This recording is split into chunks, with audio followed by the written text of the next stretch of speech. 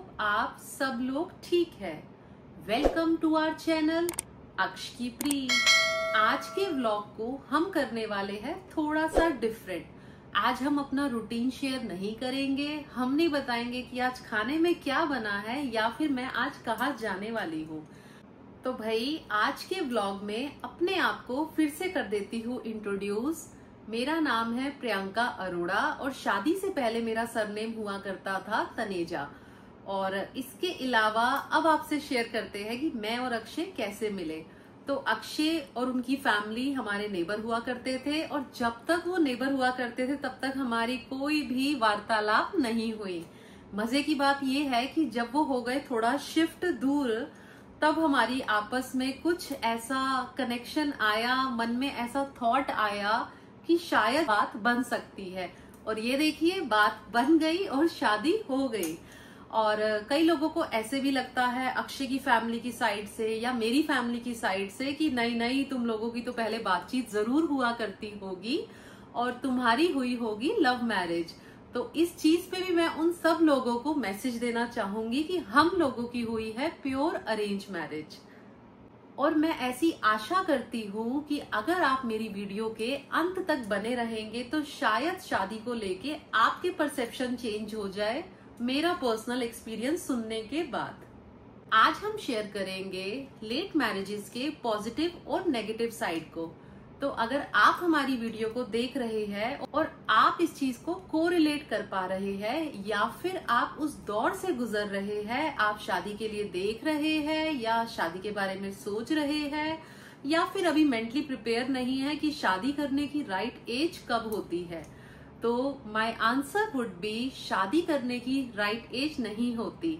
जब आपको लगे you are mentally prepare 18 years के बाद आप मैच्योर हो जाते हैं और उसके बाद जब आप प्रोफेशनली सेटल हो जाते हैं, that is your right age to get married. और तब आप अपना मिस्टर और मिस परफेक्ट को ढूंढना स्टार्ट कर सकते हैं। भाई मैं भी अपने राइट पर्सन को इतने सालों से ढूंढती रही, पर हम दोनों की शादी हुई भगवान की मर्जी से। मैं इसको पूरा टोटली क्रेडिट देती हूँ कि गॉड की ब्लेसिंग से हमें हर तरीके के साइन मिलते गए और हमारी शादी बिना किसी रुकावट के आराम से स्मूथली हो गई। दोनों फैमिली राजी हो गई, लड़का लड़की राजी हो गए और किसी के मन में कोई ऐसा भाव नहीं आया कि ये शादी ऐसे क्यों होनी चाहिए या नहीं होनी चाहिए।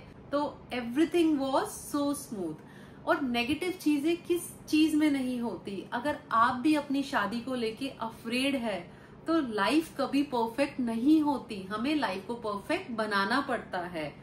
और जब हम यहाँ से सोचना कम करके छोड़ देते हैं ऊपर वाले पे, तो हमारे लाइफ के रास्ते वैसे ही खुल जाते हैं, चाहे वो बात हो शादी की या फिर कुछ और। इसके अलावा आप लोगों से मैं कहना चाहूंगी कि marriages are made in heaven. अब इस बात पे मुझे तो हो चुका है पूरा विश्वास, क्योंकि जहां मैंने जैसे कुछ सोचा नहीं था वहां मेरी शादी लिखी थी और अक्षय की शादी लिखी थी मुझसे। तो किसी ने सही कहा है कि जोड़ियां भगवान के घर से ही बन के आती है, जैसे बनी हम दोनों की।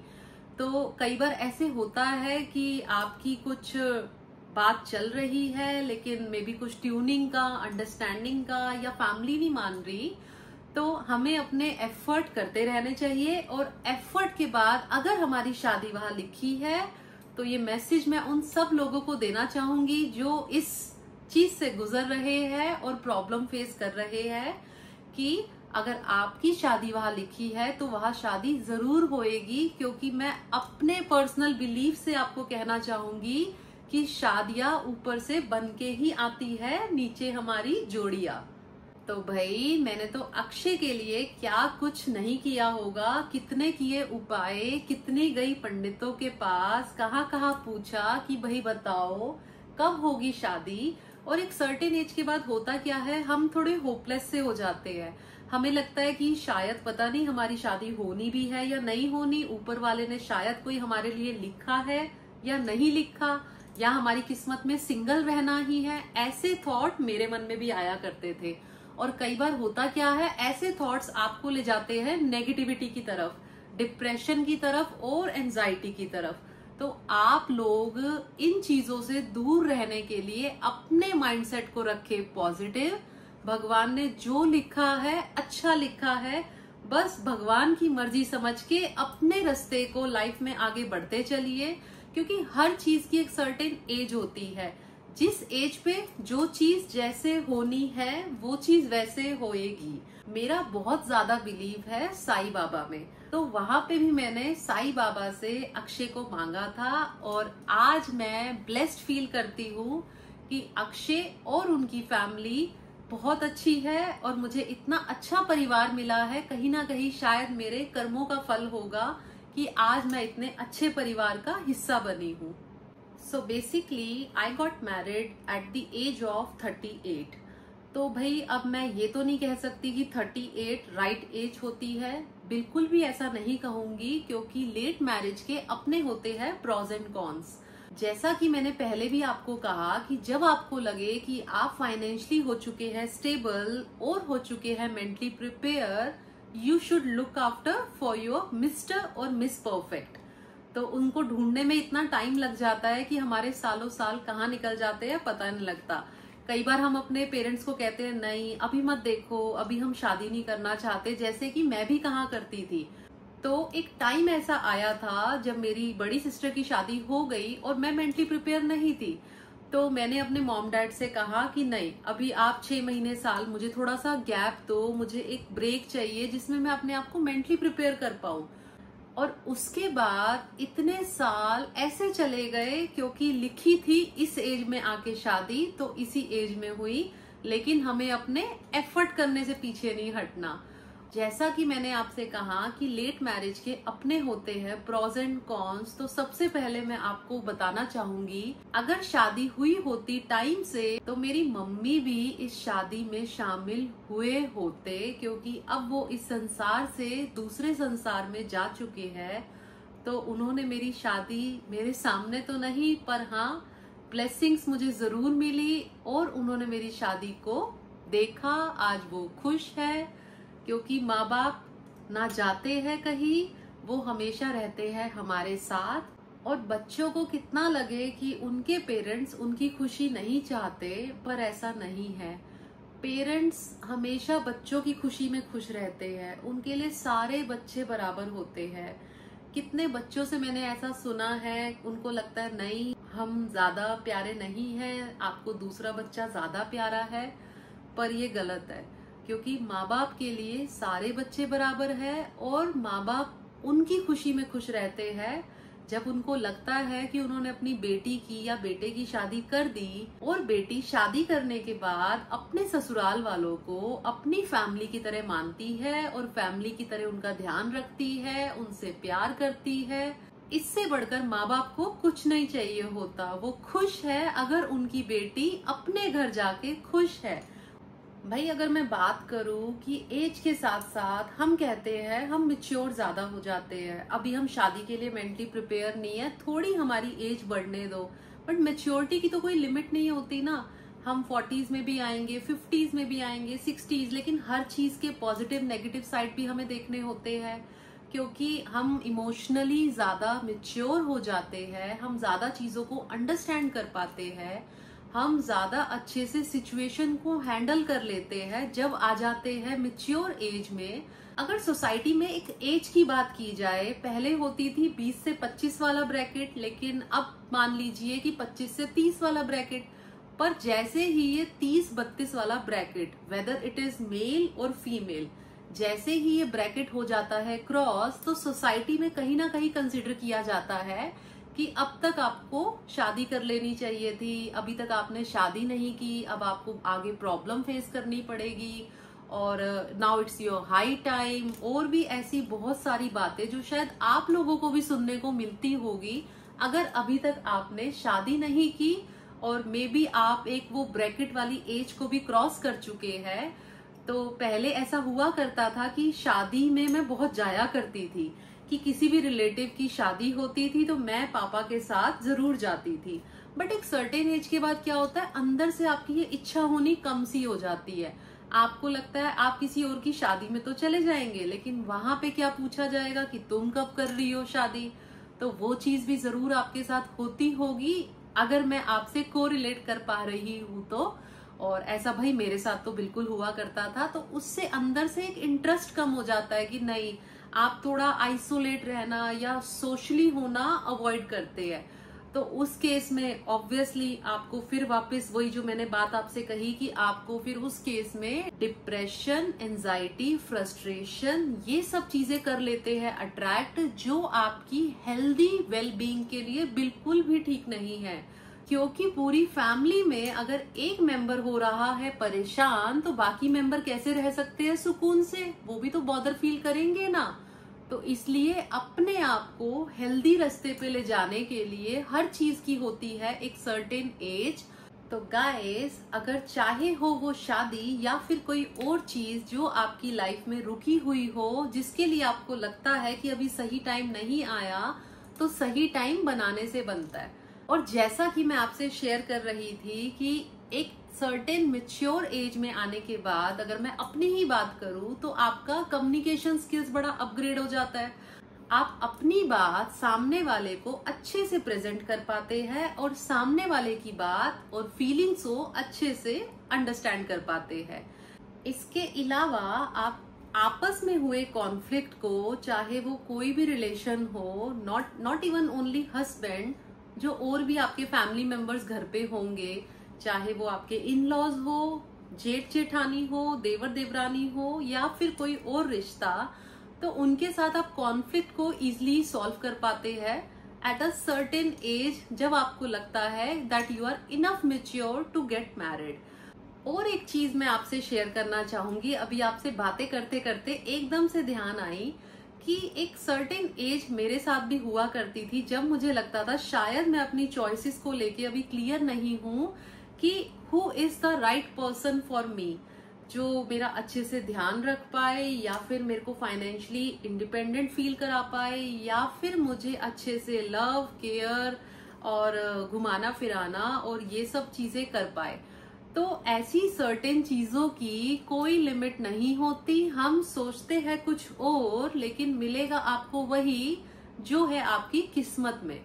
तो जहां आपको लगता है कि किस्मत के द्वार खुल चुके हैं और सामने खड़ा है कोई ही या शी जो आपसे करते हैं बेइंतहा प्यार, तो आपको उनको चांस जरूर देना चाहिए और लाइफ में आगे बढ़ना चाहिए। क्योंकि being single is not a complete life. Life complete होती है शादी के बाद। और जब आ जाते हैं आप भी मैच्योर एज में, तो आपको भी लगता है कि life and marriage, it is all about balanced expectation, no fairy tale pressure. इसका क्या मतलब हुआ वो मैं आपको बताती हूँ। इसका कहने का ये मतलब हुआ कि not all days are same and not all days are perfect. तो हमें अपने दिन को और इंसान को परफेक्ट बनाना पड़ता है, क्योंकि जब मिलती है इम्परफेक्शंस तो वो हो जाती है परफेक्शन। और होता क्या है, जब आप करते हैं इतने सालों की वेट के बाद शादी, तो वो शादी सिर्फ शादी नहीं रह जाती, वो शादी हो जाती है कॉन्शियस कंपेनियनशिप, जैसे मेरी और अक्षय की हुई है। तो guys, have a happy married life if you are married already, and good wishes from my side if you are looking for your life partner। तो ज्यादा देरी मत करना, टाइम से शादी कर लेना। आज जैसे मैं अपनी अगर बात करूं तो मैं बहुत से लोगों के लिए शायद एक इंस्पिरेशन बन पाई हूं, क्योंकि जहां होप हो जाती है खत्म, आपको लगता है शादी शायद not your cup of T, और एकदम चटमंगनी पट ब्याह वाली चीज आपके साथ हो जाए, जो मेरे साथ हुई है, तो आपका सोचने का नजरिया बिल्कुल हो जाता है चेंज, जैसे हुआ है मेरा। और आप लोगों को भी कहना चाहूंगी कि कोई ना कोई भगवान ने आप लोगों के लिए भी जरूर बनाया होगा। अब हम बात करेंगे कि क्या क्या नेगेटिव चीजें होती है या फिर क्या होते हैं कॉन्स लेट मैरिज करने के। तो भाई, मैंने ऑलरेडी आपके साथ शेयर किया कि सोसाइटी का प्रेशर आना, डिप्रेशन होना, एंजाइटी होना, या फिर जैसे मैंने शेयर किया अपना एग्जाम्पल कि मेरी मॉम मेरी शादी नहीं देख पाई, ये सब चीजें आ जाते हैं नेगेटिव में। क्योंकि पॉजिटिव तो यही हो गई ना कि आपको लगा शादी पता नहीं होनी है या नहीं होनी, पर शादी हो गई। तो ये तो हुई पॉजिटिव साइड, क्योंकि शादी होना बहुत जरूरी है। भाई आज हमने कर ली खूब सारी बातें, और आज के व्लॉग को एंड करने से पहले मैं आपसे करना चाहूंगी 2 बातें। तो पहली बात तो मेरे फादर, जो मेरे डैड है, उनके लिए है कि जैसे अब उन्होंने अपनी बीमारी के साथ मेरी शादी को अटेंड किया और सारे रिचुअल्स किए बहुत अच्छे से, लेकिन जो मैं उनको खुशी दे पाई, जैसे मॉम तो मेरी शादी नहीं अटेंड कर पाई, पर जो खुशी मैं अपने पापा को जीते जी दे पाई, वो फीलिंग बहुत डिफरेंट होती है। क्योंकि इस खुशी से हम अपनी पेरेंट्स की एज बढ़ाते हैं, क्योंकि कहीं ना कहीं उनकी लाइफ बढ़ती है जब बच्चों से मिलती है उनको खुशियां। और दूसरी चीज मैं आप लोगों से शेयर करना चाहूंगी कि आपको अपनी लाइफ में किसी ना किसी इंसान को गॉडफादर बनाना चाहिए। चाहे वो आपका भाई हो, बहन हो, मम्मी हो, पापा हो, ताऊ जी का बेटा हो, या कोई फ्रेंड हो, या हो कोई दूर का रिश्तेदार। कहने का मतलब ये है कि जब तक हम अपने थॉट प्रोसेस में घूमते रहते हैं और कई बार कंफ्यूजन में आके या ज्यादा ऑप्शंस के बाद हम लोग डिसाइड नहीं कर पाते रिलेटेड टू मैरिज, लेकिन जब हम किसी एक इंसान को गॉडफादर बनाते हैं और उनसे लेते हैं सारी सलाह, कब जाते हैं हम मैट्रिमोनियल मीटिंग्स में या कब आती है हमारे पास मैट्रिमोनियल प्रोफाइल्स, जब हम सब चीजें करेंगे उनसे डिस्कस, तो उनका ओपिनियन भी जेन्युइन हो जाता है, क्योंकि उनको पता है सारी बातें। और उनके ओपिनियन को ट्रस्ट करके जब आप कर लेते हैं किसी राइट पर्सन से शादी, तो शादी में एडजस्टमेंट और कॉम्प्रोमाइज बिल्कुल करना पड़ता है। अगर आप एडजस्टमेंट और कॉम्प्रोमाइज नहीं करेंगे तो शादी कैसे चलेगी। तो it's all about husband and wife, दोनों को करना पड़ता है एक दूसरे के साथ adjustment to make things better and perfect. तो गाइस, इसी के साथ करते हैं आज के ब्लॉग को एंड। और इस वीडियो पे लाइक और कमेंट और ढेर सारा प्यार देना मत भूलना। अगर आप जुड़े हैं हमारे चैनल के साथ नए और आपने अभी तक हमारे चैनल को नहीं किया है सब्सक्राइब, देन डू सब्सक्राइब अक्ष की प्री। और अब मैं कहना चाहूंगी अपने मिस्टर परफेक्ट के लिए एक छोटी सी लाइन कि भाई देर से मिले हो पर सही वक्त पे मिले हो, और जिंदगी को तुमने और खूबसूरत बना दिया है। तो फिलहाल करते हैं good night and thanks for watching till and. आपने लास्ट तक अपना समय दिया, उसके लिए दिल से शुक्रिया।